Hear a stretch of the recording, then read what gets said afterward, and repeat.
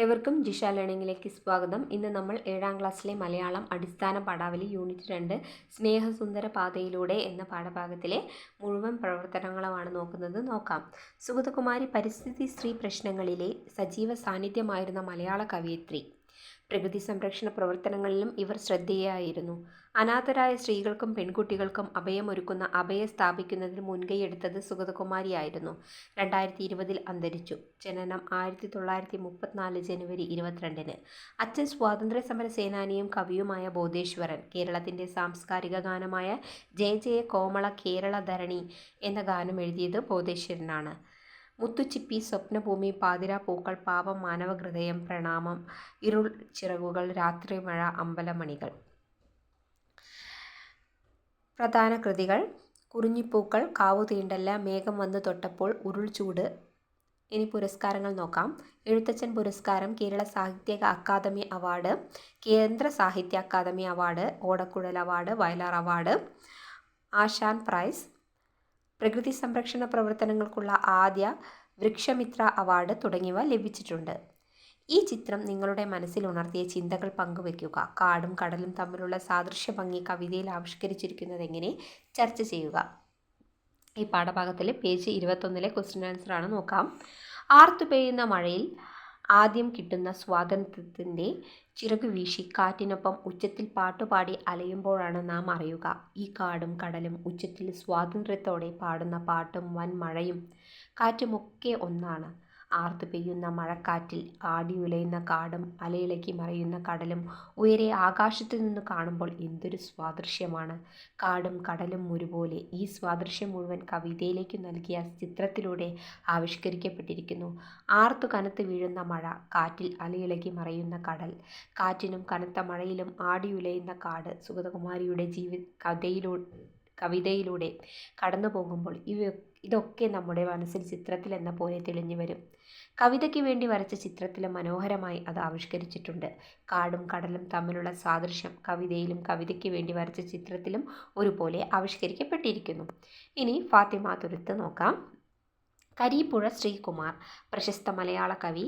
1955 അഷ്ടമുടി കായലിൻ്റെ തീരപ്രദേശമായ കരീപ്പുഴയിൽ ജനിച്ചു.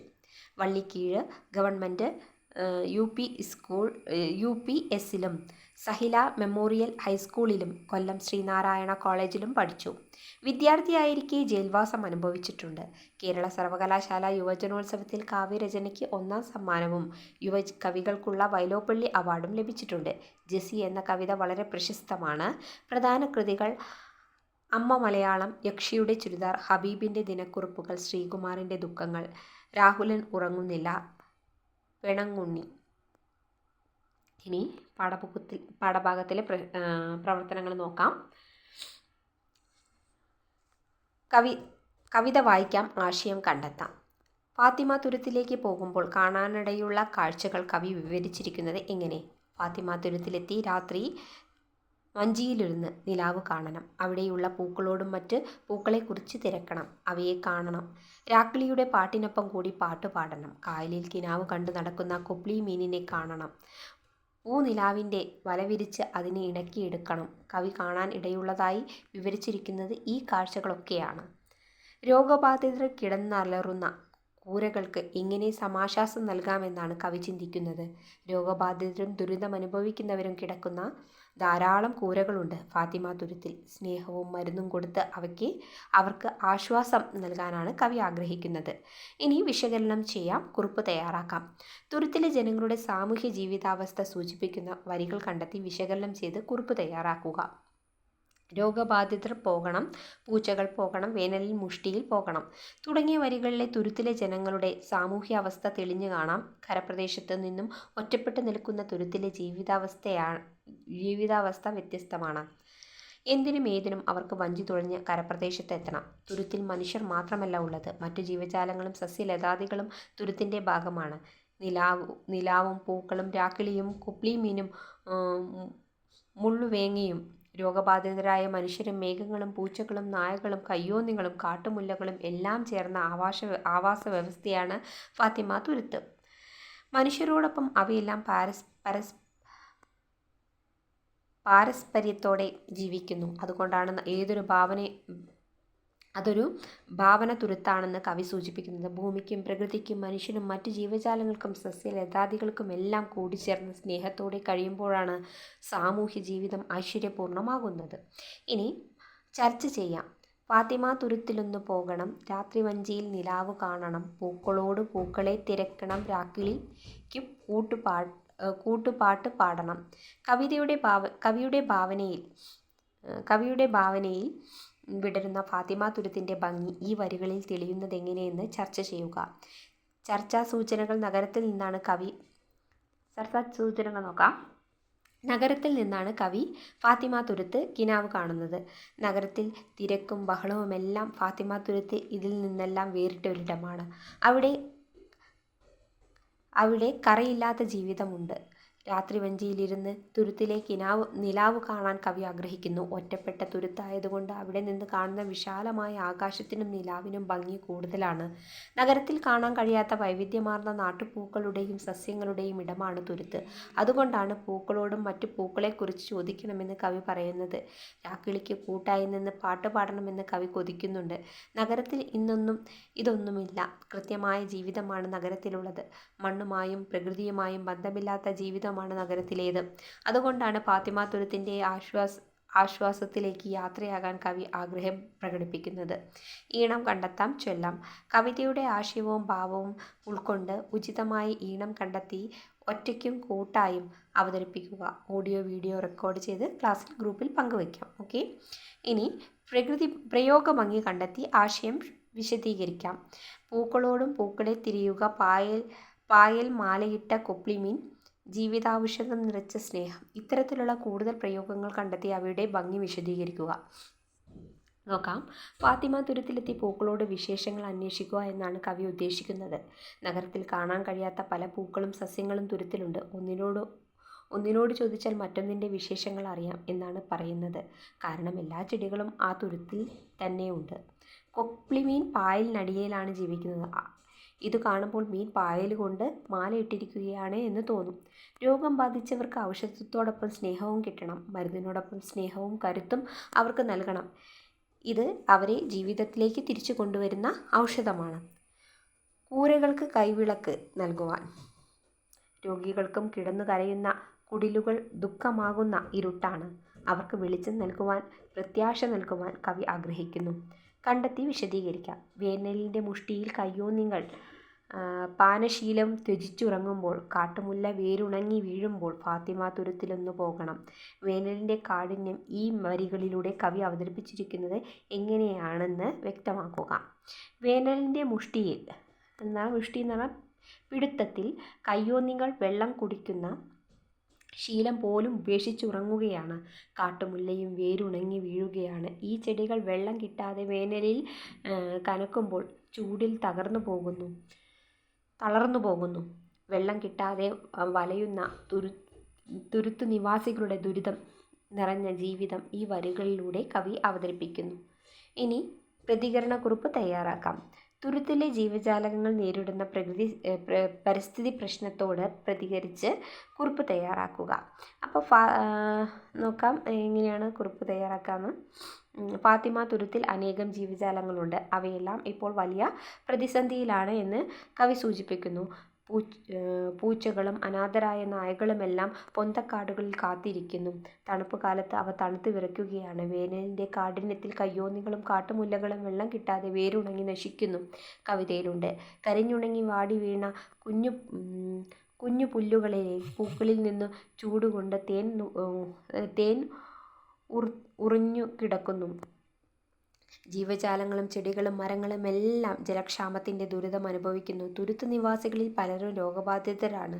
ശാന്തിയുടെയും സമാധാനത്തിൻ്റെയും പ്രകൃതി സൗന്ദര്യത്തിൻ്റെയും ഇടമാണ് തുരുത്ത്. പരിസ്ഥിതി നാശത്തിൻ്റെ പ്രശ്നങ്ങൾ അനുഭവിക്കുമെന്ന് കവി സൂചിപ്പിക്കുന്നു. ഇനി നിവേദനം തയ്യാറാക്കാൻ നോക്കാം. നിങ്ങളുടെ പ്രദേശം നേരിടുന്ന പരിസ്ഥിതി പ്രശ്നങ്ങൾക്ക് പരിഹാരം ആവശ്യപ്പെട്ടുകൊണ്ട് അധികാരികൾക്ക് നൽകാനുള്ള നിവേദനം തയ്യാറാക്കുക. അപ്പോൾ നമ്മൾ ആർക്കാണ് നിവേദനം അയക്കുന്നത് വെച്ചാൽ അവരുടെ പേര് ആദ്യം എഴുതാൻ. ബഹുമാനപ്പെട്ട ജില്ലാ കളക്ടർ മുമ്പാകെ തൃക്കയം നിവാസികൾ സമർപ്പിക്കുന്ന നിവേദനം. വിഷയം പുഴ മലിനീകരണം സംബന്ധിച്ച്. സാർ, തൃക്കയം നിവാസികളുടെ പ്രധാന ജലസ്രോതസ്സാണ് പനയം പുഴ. എല്ലാ സമയത്തും ജലസമൃദ്ധമായിരുന്ന ഈ പുഴ ഇപ്പോൾ കുപ്പത്തൊട്ടിയായി മാറിക്കൊണ്ടിരിക്കുകയാണ്. പലരും രാത്രികാലങ്ങളിൽ വീടുകളിൽ നിന്നുള്ള മാലിന്യങ്ങളും ചന്തയിലെ മാലിന്യങ്ങളും എല്ലാം കൊണ്ടുവന്നിടുന്നത് മൂലം പുഴ മലിന കൂമ്പാരമായി മാറിക്കഴിഞ്ഞു. വെള്ളത്തിൻ്റെ ഒഴുക്കും അതുമൂലം തടസ്സപ്പെട്ടിട്ടുണ്ട്. കെട്ടിക്കിടക്കുന്ന വെള്ളത്തിൽ കൊതുകുകൾ പെരുകി കൊതുക് ശല്യവും വർദ്ധിച്ചിട്ടുണ്ട്. പുഴയിലെ വെള്ളം വീട്ടാവശ്യങ്ങൾക്കും കാർഷിക ആവശ്യങ്ങൾക്കും ഉപയോഗിക്കപ്പെടുത്തുന്ന ധാരാളം ആളുകളുണ്ട്. അവരുടെ ആരോഗ്യത്തെ ഇത് പ്രതികൂലമായി ബാധിക്കും. പുഴ മലിനീകരണം തടയുന്നതിന് കർശന നടപടികൾ എത്രയും വേഗം സ്വീകരിക്കണമെന്ന് പ്രതീക്ഷിക്കുന്നു. വിശ്വസ്തയോടെ, തക്കയം നിവാസികൾക്ക് വേണ്ടി, ജേക്കബ്, പഞ്ചായത്ത് മെമ്പർ, തൃക്കയം. ഓക്കെ, ഇനി ആസ്വാദനക്കുറിപ്പാണ് നോക്കാം. ഫാത്തിമ തുരുത്ത് എന്ന കവിത പരിചയപ്പെട്ടപ്പോൾ നിങ്ങളുടെ മനസ്സിൽ രൂപപ്പെട്ട ചിന്തകൾ എന്തെല്ലാം?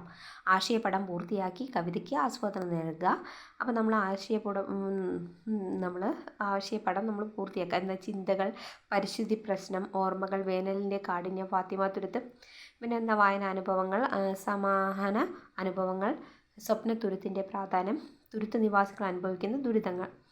ഇനി കവിതയുടെ പ്രധാന ആശയം, ആവിഷ്കാര രീതി, സവിശേഷ പ്രയോഗങ്ങൾ, സമകാലിക പ്രശസ്തി, ആശയപടത്തിലുള്ള പ്രസക്തമായ കാര്യങ്ങൾ എന്നിവ ഉൾപ്പെടുത്തിയ ആസ്വാദനക്കുറിപ്പ് തയ്യാറാക്കുക.